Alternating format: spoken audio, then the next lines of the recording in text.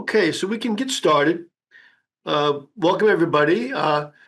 Thank you for taking some time out of your beautiful weather afternoon to follow us with this great series we've got on this short fiction.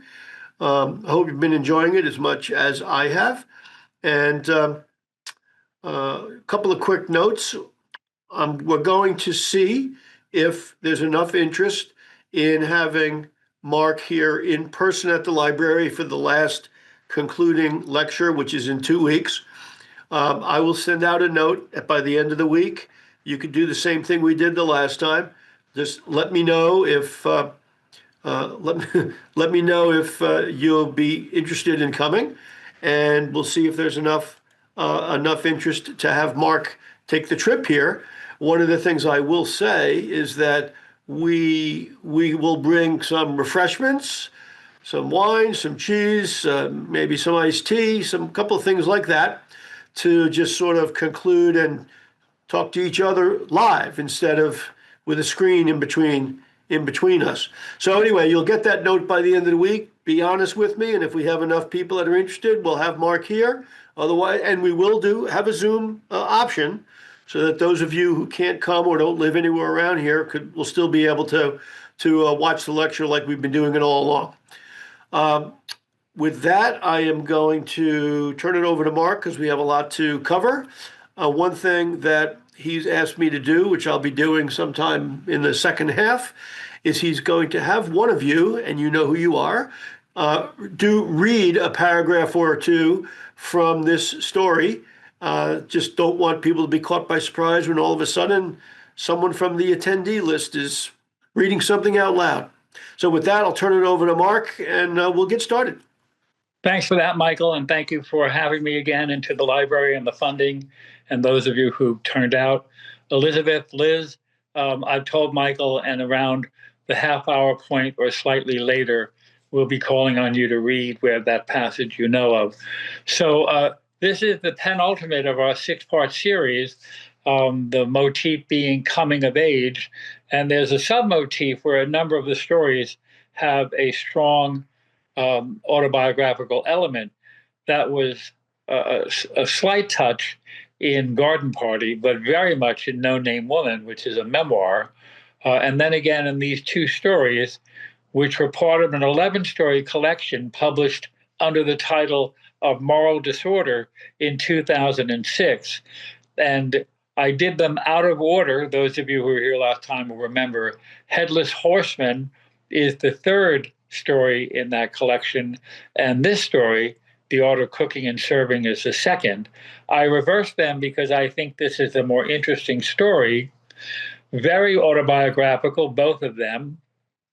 Margaret Atwood, who was born in 1939, had a brother born 2 years before her and a sister born 12 years after her, just like the character in this story. This narrator is not named, but elsewhere in the 11 stories, she's identified as Nell. And the last story, the 11th story in the volume, is explicitly autobiographical because she makes it clear that not only was her father a working entomologist in the backwoods of Quebec, but her mother was dying when she was writing that last story. In fact, the collected volume was published in September in 2006, and her mother died a few months later, just short of her 97th birthday. And we remember that in Headless Horseman, the mother is failing, and that's part of the rite of passage that I mentioned. I'll make another couple of comments, and then I'm going to hope that, as I was priming the pump last time, that some of you will have comments to say about the story as a reflection of your own background or childhood. Again, you don't have to be visible, and you certainly don't have to identify yourself. I'm not looking for anything confessional, but here's a story where a young girl's life, she's 11 in the story, is radically changed by a introduction of a sibling, radically changed by her mother's pregnancy, and impairment, and radically changed by how she is interacting with her mother during that time. And that might have resonances for some of you. I'll also say that Headless Horseman, she's involved marginally with artistic work in that she creates the head and the costume. And we know that in this story, she's enamored of the art of cooking and serving. I'll say something about that in a moment. And in my favorite novel by Margaret Atwood, Cat's Eye, very autobiographical too, although she has never gone on record as saying that. The woman who's her surrogate is a painter, and painting matters very much in that novel. So, The Art of Cooking and Serving was actually a book published by a woman named Sarah Field Splint, Sarah with an H, in 1911. Her dates are from the late 19th century to 1939, and she was a one-woman feminist turbo engine for a wave of feminism and making women into housewives who could cook and bake and know how to serve well. Now, the book came out in the 1920s. The Depression, of course, complicated things, but Margaret Atwood would have come across this book if she was age 11, 1950. And of course, in 1950s, Eisenhower America was very interested in post-World War II, GI Bill, track housing, idea of America turning out good families, and cooking and baking was part of that. There's also a tie-in that you may know. In 1911, Crisco was put on the market. That is vegetable shortening that looked like lard, but could be kept at room temperature and would not sour or go bad the way butter did in warm climates. And when Margaret Atwood and her family were in the backwoods helping her father with research, and she was homeschooled until she was 12. She only went to school at the age of 12, was a voracious reader, a very bright girl. They used Crisco. And one aspect of the art of cooking and learning is every recipe in the section on baking had Crisco as part of its ingredients. And it became very well known in American kitchens that Crisco was, relatively speaking, a healthy alternative and more stable in terms of not having to refrigerate it. So in one novel, she figures herself as a painter. In this particular story, someone who's learning an art of domesticity. In Headless Horseman, she's a minor kind of artist of costuming. She herself is an inventor and phenomenally prolific. So I'm going to stop there and say, again, there are artistic details to talk about in the story, but it's my hope that in doing coming of age stories, especially ones that are first person narrated, and 3 of the stories in the collection are first person narrated by someone we can identify as a Margaret Atwood surrogate. I'm hopeful that it will prime some of you to share your own impressions or recollections of your past. So I'm going to stop there, Michael, and turn it over to you for fielding questions. Okay, folks, you know how it works. Use the Q&A to pass along a comment or question to me, and I will relay it to Mark. And as we wait, I will say that she decided to put this into a collection because, as is her habit, and the habit of many short story writers, almost every short story was published in different journals over the course of several years. She collected them in 2006 because she knew her mother was failing.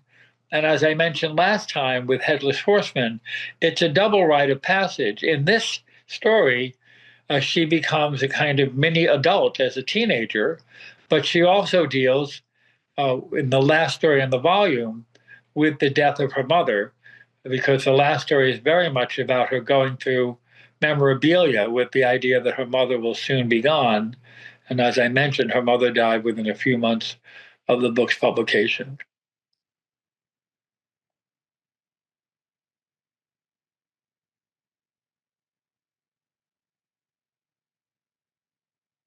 Hey, folks. In Cat's Eye, which is oh man, 98, I think. It's a novel she published after Handmaid's Tale. There's a woman who's a painter who's coming east from Western Canada for a retrospective of her work. And one of her most um, suggestive paintings is called Cat's Eye, where an eyeball is floating above a figure. It's very kind of spooky, resonant. And when she's in her hometown, she is remembering her childhood with the girl she grew up with.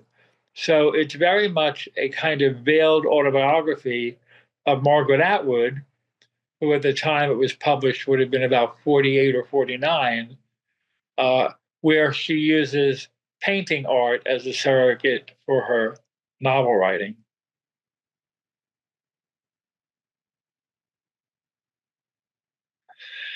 If people are not interested in talking about what I've asked for, does anyone want to make any comment about the story? Michael, how many people do we have?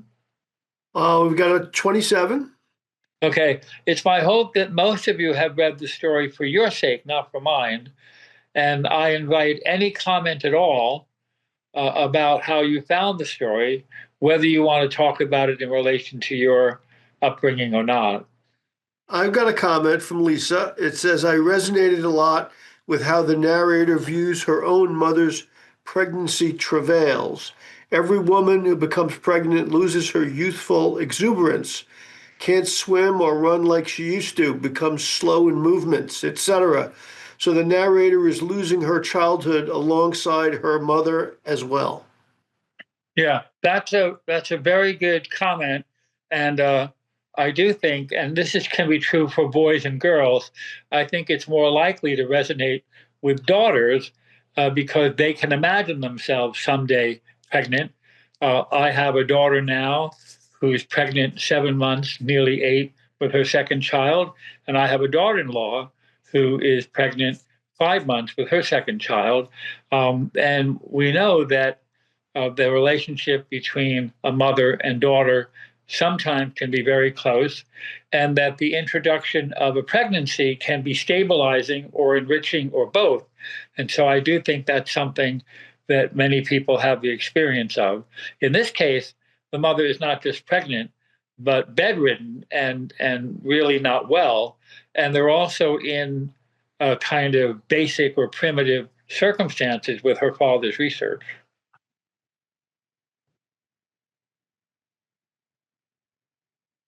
Okay. Well, I'm going to keep talking because I have things to say and I don't want to waste anyone's time. Part of the context here is that that book, The Art of Cooking and Serving, and if you look online, you can see, talks about serving with elegance, the art of cooking and serving. And that idea of cooking and serving a meal in upscale circumstances, even if you're not a family of upscale means, is in tension with the fact that they're basically camping out. The father runs a lab that's actually just field work. And you remember that she talks about what she'll have to do if she has to figure out how to get off the island. And one of the tensions in the story is not just between the preteen girl, who is both a girl and kind of a premature parent, but there's also the tension between her learning and being fascinated by the world of dining elegance in an environment that is kind of impoverished. They weren't poor, but they certainly weren't living well to do. And because of his field work, they were living again in kind of primitive circumstances. That's another one of the tensions in the story. One way you can think about literature, and I've said this before to this group, although some of you may be new, literature typically doesn't solve issues or problems, it enacts them. And one of the ways it enacts them is it finds oppositions between this and that enrich the tension in the story. So if the story was just that the mother's a villain and the little girl is heroic, it would not have artistic credibility. It would just collapse. But if you can see the tension between the daughter being proud to be given this task and also resentful, and you can imagine the mother being a loving mother, but also woebegone, then you have the kind of tension in my metaphor that you have when you take a violin string or a guitar string and you pull it in two directions. If you pluck it then, it makes music because it's tight, it's tense. If you hold it by one end, you get nothing. I think that's how much literature works, dramatic and otherwise. It finds tensions that are creative in different poles or oppositions. And that applies to almost everything I've ever read.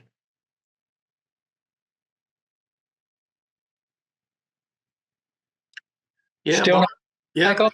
Nope, just had that one comment. Okay, so where are we at time?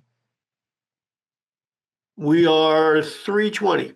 Okay, so I'll say something else, and I'm only reverting to broader issues because it's my aim always in doing these sessions to be as broadly informative about literature as I can be, because what I want always is to make the people who come to these things, I mean, I want to entertain you, but I also want you to feel like you're becoming a better reader. So one can do many different things with literature. And it's certainly true that one way you can read literature is to seek enlightenment about your own life, the way the world works, about politics, about religion, philosophy. There's nothing wrong with not talking about the artistic elements of literature, the poetry, the diction, the structure, and just concentrate on what you might call content, although that's always a complicated thing what the content is.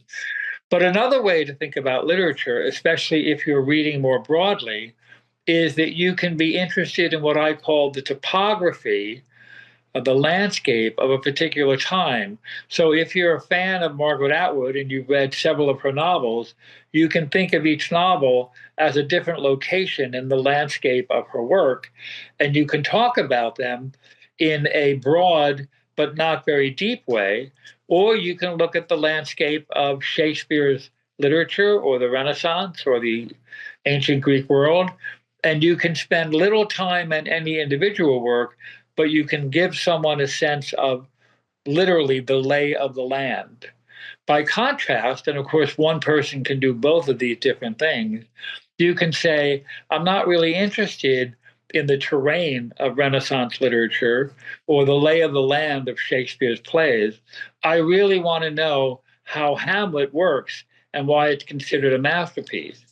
And in that image, I think of your work as geological, that you're going to delve down into the under layers of Hamlet and look at things like structure and metaphor and simile and character. It's going to be narrow but intensive, like an archaeological dig. And those are two very different things you can do with a literary work or literary works that are complementary with an E to each other and exercises different kinds of muscles about literature.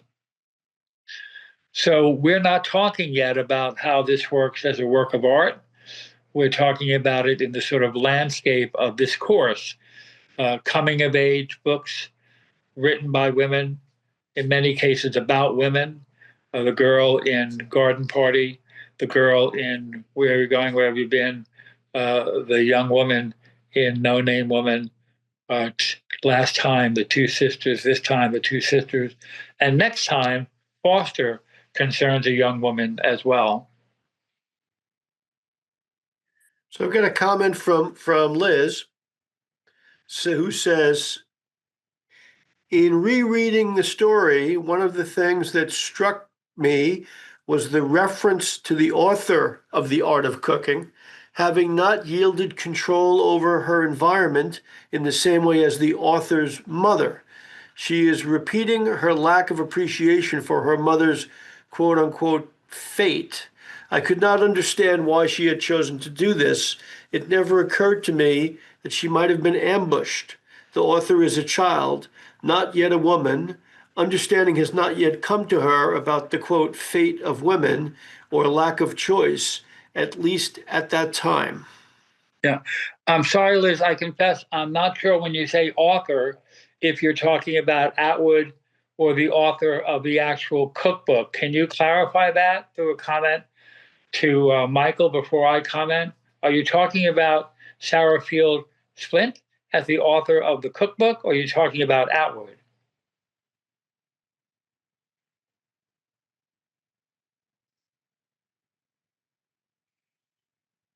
Well, not to hold things up.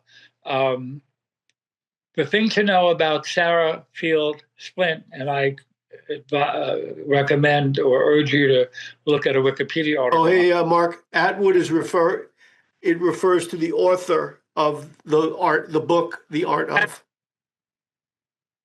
I just need the name, Atwood, right? Yes. Okay. So I want to say in that context,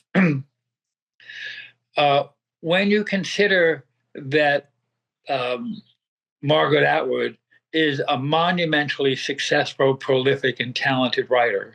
If you were to look at her awards, it will stun you. And double figures for novels, for plays, for children's books, for poems, for nonfiction, graphic novels, just remarkable. And almost all of them prize winning on some level, including this collection of stories.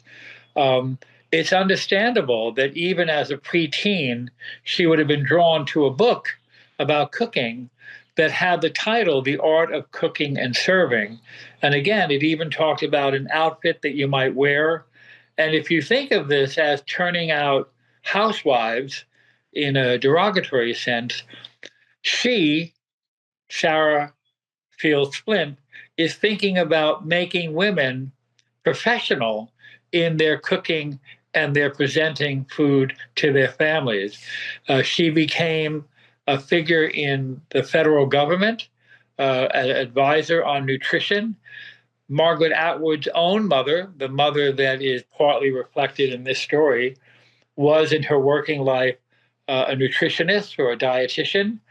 And anyone here who is involved with food and cooking and the presentation of food knows that it's serious business, both in terms of providing sustenance to whoever you're feeding, but also an experience of presentation and art that is a noble calling. I just want to avoid the sense of some people's idea that there's something anti-feminist about wanting to cook well. In fact, she identified herself, Splint, as a feminist and was considered part of the second wave of feminism after the suffragette movement that tried to give women professional confidence in what they were doing as what used to be called homemakers. So I think that's another part of this formula here.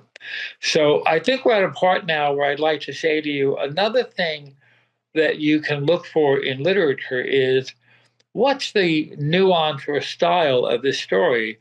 It's narrated by the young girl, which means that she is um, has an advantage by being this person who tells her story, even though in many ways she feels herself demoted by being a kind of servant. And she finally gets to the point where she can't take anymore. And Liz, who I spoke to earlier this week, is going to read the last 3 or 4 paragraphs of the story when the daughter finally has enough and speaks up for herself, and Liz knows where to begin. So Michael's going to unmute her. If you have the story in front of you, we'll wait a moment or two. It's the last 3 or 4 paragraphs, One evening, I found myself standing behind my mother, and then the story ends shortly after that. So whenever you're ready, Liz, with thanks. Can you hear me? I can. Okay, perfect.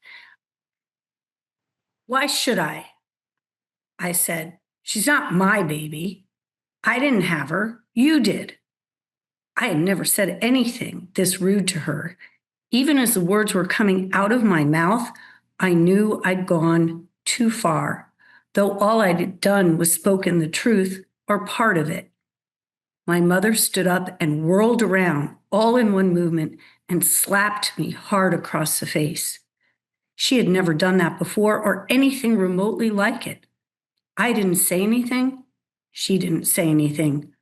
We were both shocked by ourselves and also by each other.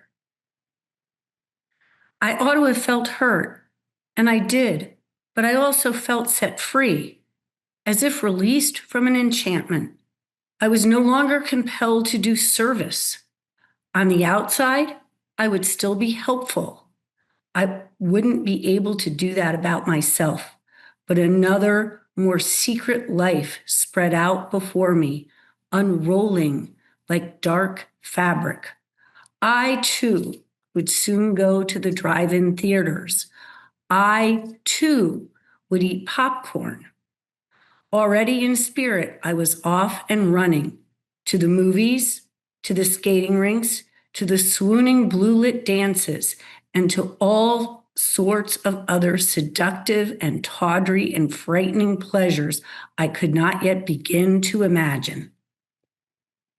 Well done, Liz. That is a glorious ending to a remarkable story that's more remarkable for what we're about to discuss.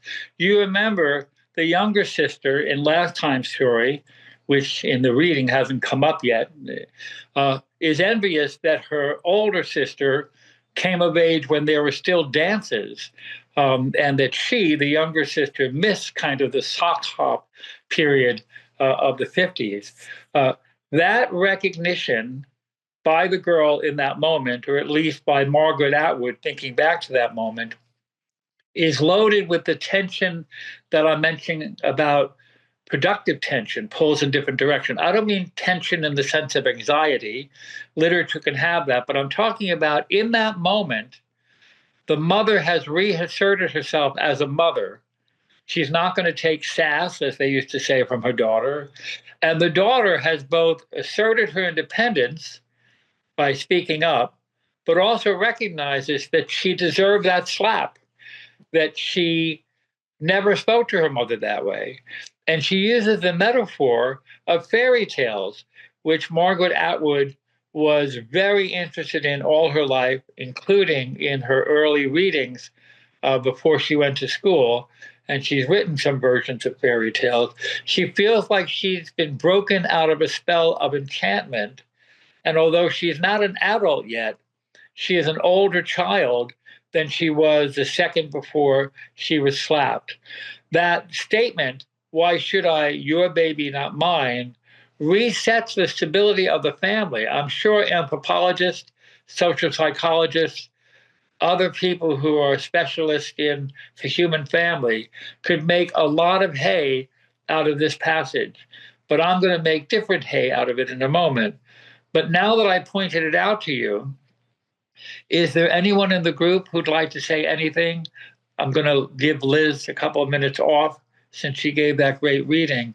Would anyone like to make a comment on that scene now that you're looking at it again in close-up? So we'll give them a second to put something in. I want to keep the flow going. So there are one or two comments from before. We can circle back on them later. Let's give people a chance to respond to you now. Trust you as the Phil Donahue of this show. That's fine.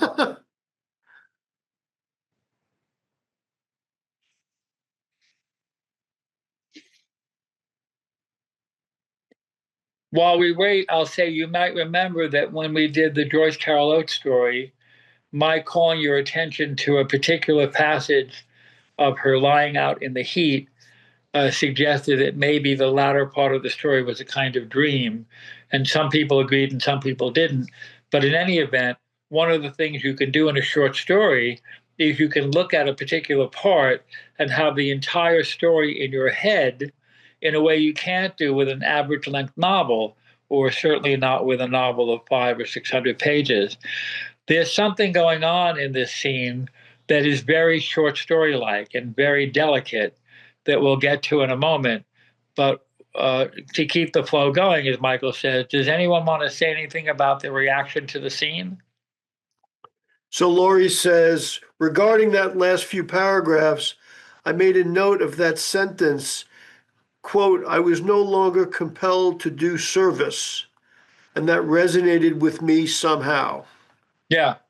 Well, so Laurie's a friend of mine. So that doing service reminds us that the art of cooking and serving has a pun.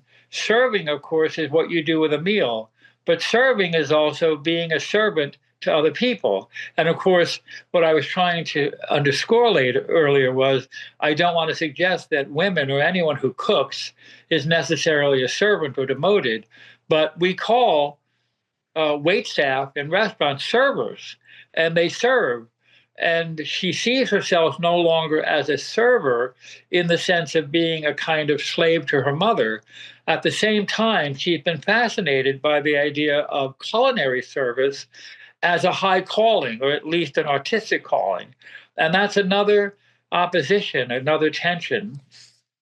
If no one else has a comment about it, I'll answer my own question by saying, where else in the short story, the passage that Liz read, Liz Salazzo, our reader, is in quotation marks.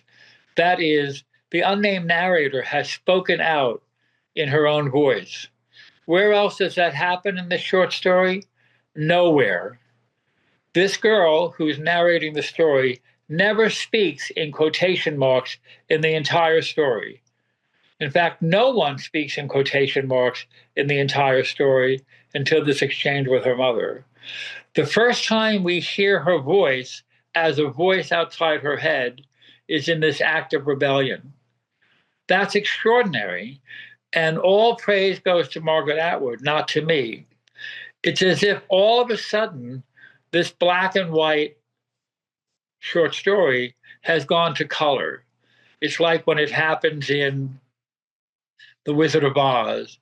And the whole character and register of the story has changed because Atwood, as an artist, had the sense to make the act of defiance radically different from anything else in the story. It's not that she's never said anything like this before. We've never heard her voice before.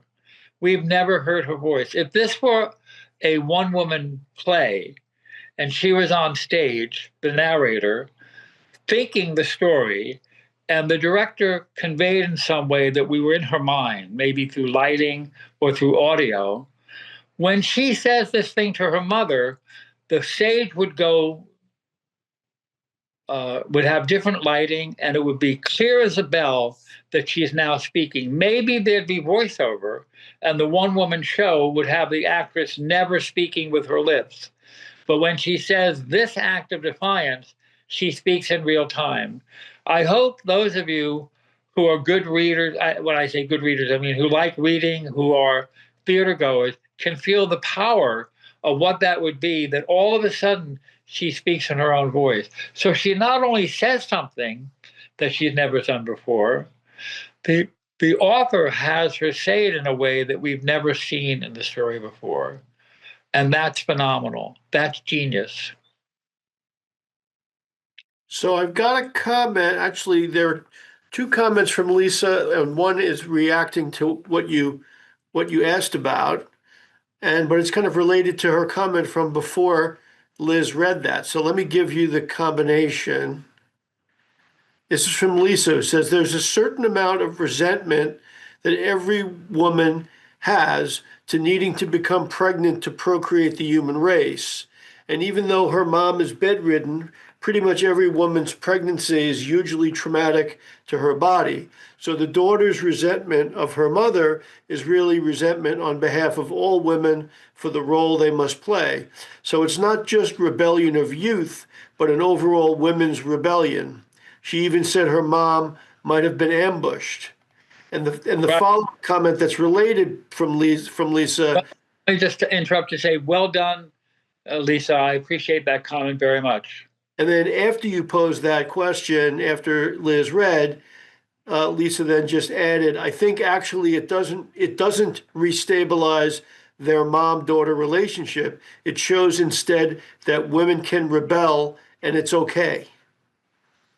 Well, I didn't mean to say destabilize. I meant it resets their relationship, that the mother who has been an absent mother in some ways has now reasserted her dominance as an authority figure. And the daughter, in understanding that she was rightly slapped, also asserts her subordinate role to the mother. I meant to say it reestablishes their relationship, but it also then, in this idea of things being their own opposite, it gives the daughter a sense that she's on the brink of a new world. You remember how Where Are You Going, Where Have You Been ends with her seeing herself facing the future. And before people understood it was a dream, it seemed as if she was going off to an unknown fate that might have gotten her killed by a maniac, when instead, part of her is terrified but enchanted by the idea that there's a world out there. And the story ends with that complicated possibility, just as the last sentence in this story has an idea that there's something exhilarating and terrifying. And I think it's one of the things about coming of age stories. When I decided which 6 stories to pick of the hundreds and hundreds I could have done from my own experience that would fit the bill, I was careful to try to get stories that had this sense of a true coming of age. And I hope you found that in your reading. Thank you, Lisa.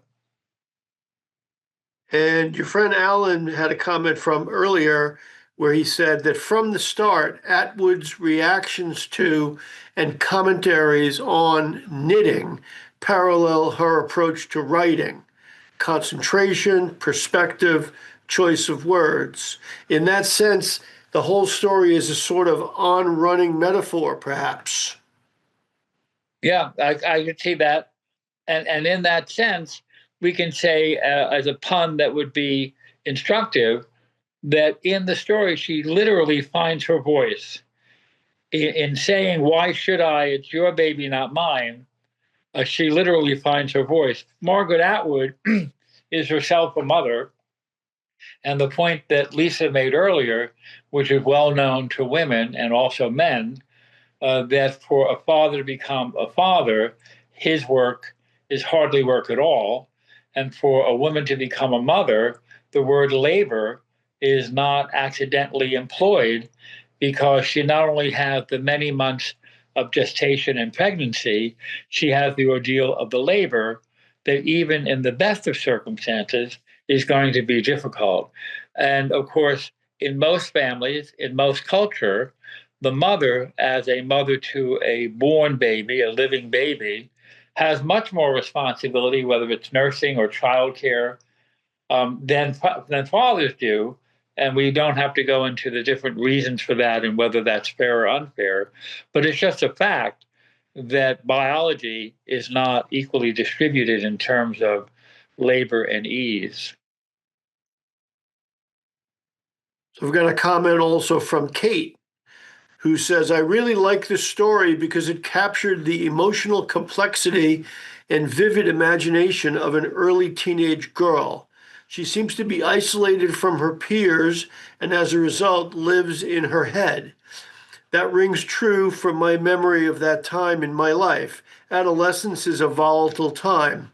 For me, this scene with the slap is about the narrator pushing a boundary with her mom to help her find herself. Thank you, Kate. I agree with everything you said, and I don't agree with people just to make them happy. I think that's right. And I want to say that I hope at least some of you did not give much attention to that scene in terms of it being that she was actually speaking. I'm sure everyone who read the story with care understood it was a moment of rebellion. But I hope that at least for some of you, I pointed out that what's distinctive about it artistically is that she's speaking not just to her mother for the first time in rebellion, she's speaking in the story for the first time. And so it becomes doubly significant as an act of distinction, speaking up for the first time. There was a play, I may be repeating myself, called The River Niger, that was an award-winning play about an African-American family in the 1970s.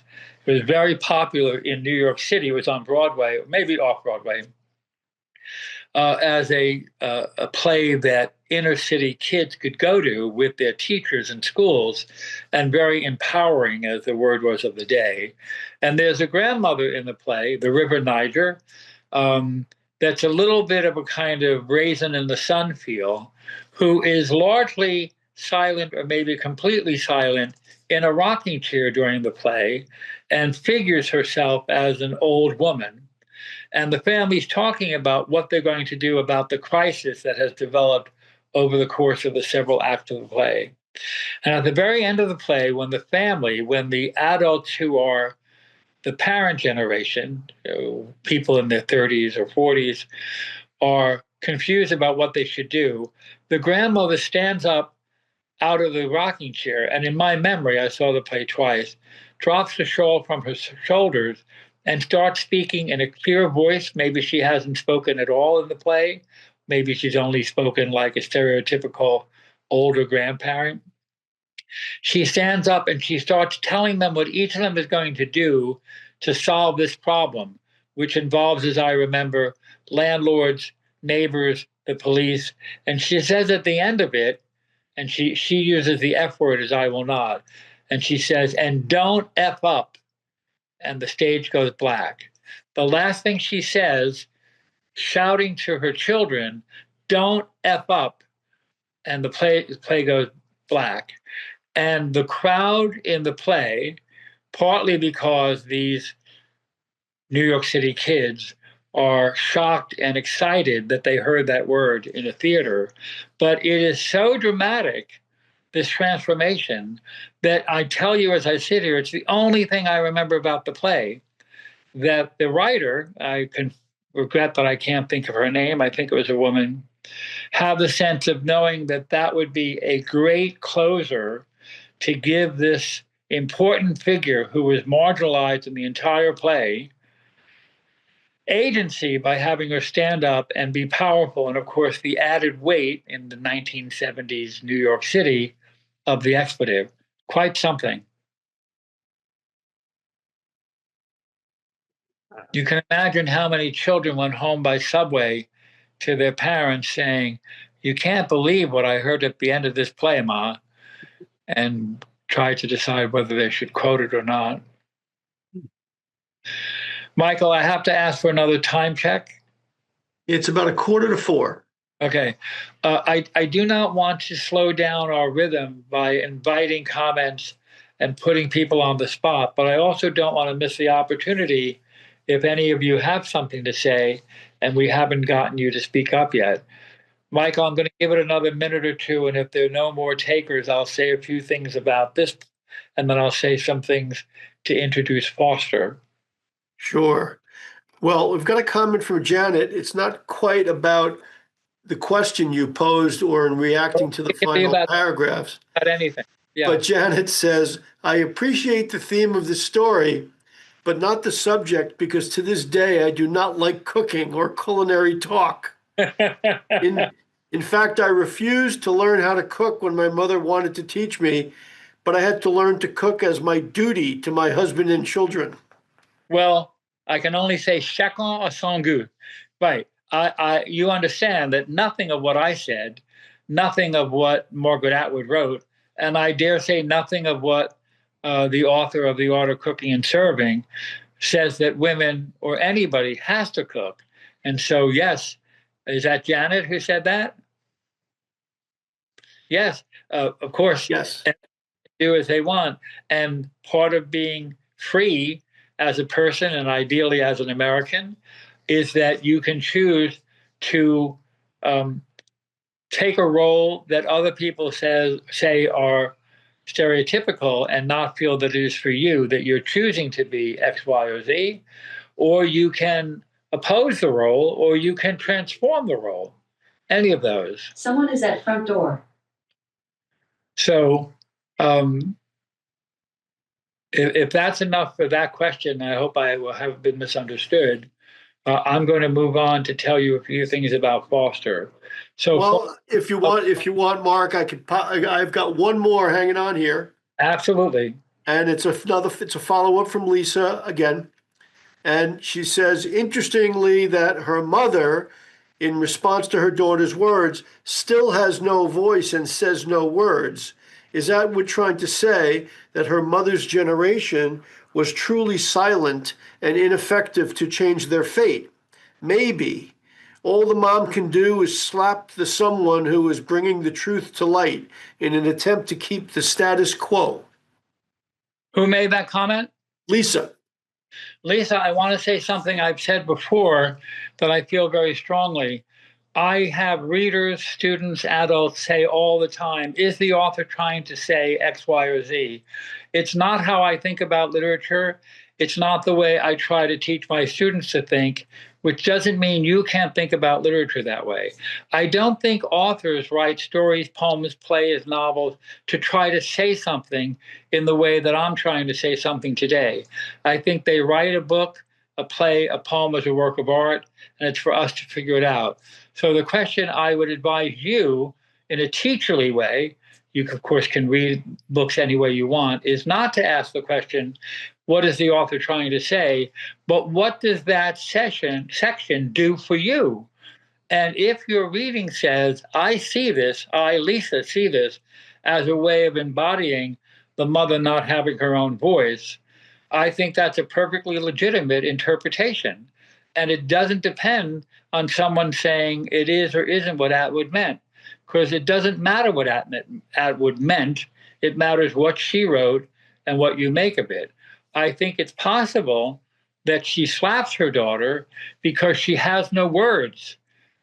She is so shocked by this rebellion that she is physical with the daughter, and maybe after the fact is not happy that she was, and that she used the action in place of language. But I certainly think it's a good question to ask, but I would recast it respectfully as, what does that scene mean to me as a reader? By me, I mean you and any other reader. So I'll step back now for a moment and say Foster, a book by Claire Keegan, published in 2010. So we're well into the 21st century. And as the last book, it's the latest of our 6, is, I think, an absolute masterpiece. I'm assuming some of you have read it. It's about 120 pages or so, a small format book, pages not much bigger than the palm of a man's hand. And it is a beautiful story about, no spoilers here, about a young girl who narrates her own story of going to spend part of a summer with relatives of her mother, who is pregnant with one child and has recently given birth to another child, still an infant, in 1980s Ireland, where abortion and divorce and birth control were against the law, not just against the teaching of the Catholic Church. It was against the law if you were found guilty of any of those transgressions. And her family has too many kids and not enough means.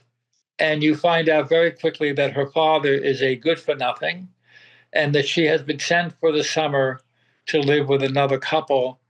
The mother of the couple is related to her mother. And so she is being fostered the way you'd have a foster child by this other couple. She comes from a working farm that's impoverished, and she spends the summer in a dairy farm that's a commercial success with a couple who are radically different from the home that she's left behind. I won't say more about it other than the fostering has to do with what's being fostered in her by this kind of kindness. It is loaded with delicate touches of what happens when you come from one environment and you are, for whatever reason, graced with another opportunity. There are lots of delicate touches in the story.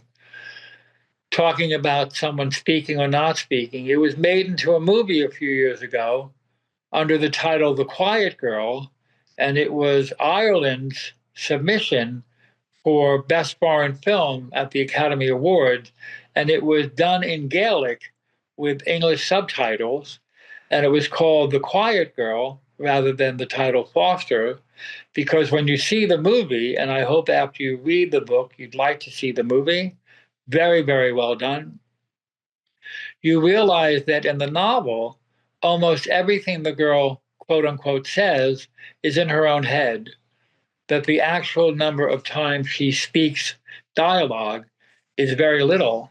And so when you see the movie, you appreciate how silent she is in this new environment. It has a very emotional end that we will talk about at some length. And if you read the story and you like it, I want to suggest to you, it's 2 weeks away, you can easily read the book twice. It won't take you an hour and a half to read it, even if you don't rush. And I recommend it to you. And if you like to see movies based on books that you've liked, you like the book, I recommend the movie The Quiet Girl to you as well. Sounds good, Mark. Thanks. And another rite of passage, coming of age, because the question we'll ask ourselves is, what has happened to the heroine of that book, Foster, when the book is over? Where do you think we leave her in our trying to imagine what's next, which we have the right to do with any book? That's it for me, Michael. Okay. So any other concluding comments by anybody? Otherwise, we're coming up on 4 o'clock. As I mentioned, we are going to at least inquire about people's interest in coming here in person in 2 weeks, where we will also have some refreshments after the concluding lecture. And once again, looking forward to that. And if we've got enough interest, to be looking forward to seeing some of you in person at the library. Michael, I want to mention also, I also want to mention that I think probably a few people had some difficulty finding the Atwood stories because they're not online anywhere. We have a copy of Moral Disorder, but it's been checked out sequentially for probably a couple of months straight. Some other libraries nearby also had it, so some of you might have found it that way. I will tell you that the novella Foster was a book group selection at the library within the last year or two, and as a result of that, we own 6 copies. So if you want to read it in the next 2 weeks, you've got a pretty good chance of getting a copy here at the library. So let me say as a footnote, because some of you might be new today and weren't here last time, the title Moral Disorder, which was the working title of a novel that Margaret Atwood's husband was working on, and then he decided, for unrelated reasons, to stop writing novels, refers to the idea that in a moral life, in a life where you're trying to be a good person, there are going to be disruptions and disorders. That's what it means. It doesn't mean someone has a moral disorder, that they're somehow damaged. It's about the moral disorder of living. And I want to say that in addition to thanking Michael and the library, I want to thank Liz for stepping up as a reader, and very grateful to all of you who made contributions or questions or comments. I really like when it's not just me. Thank you all. Michael, thanks for everything. Okay, thanks everybody. We'll see you online or at the library in a couple of weeks.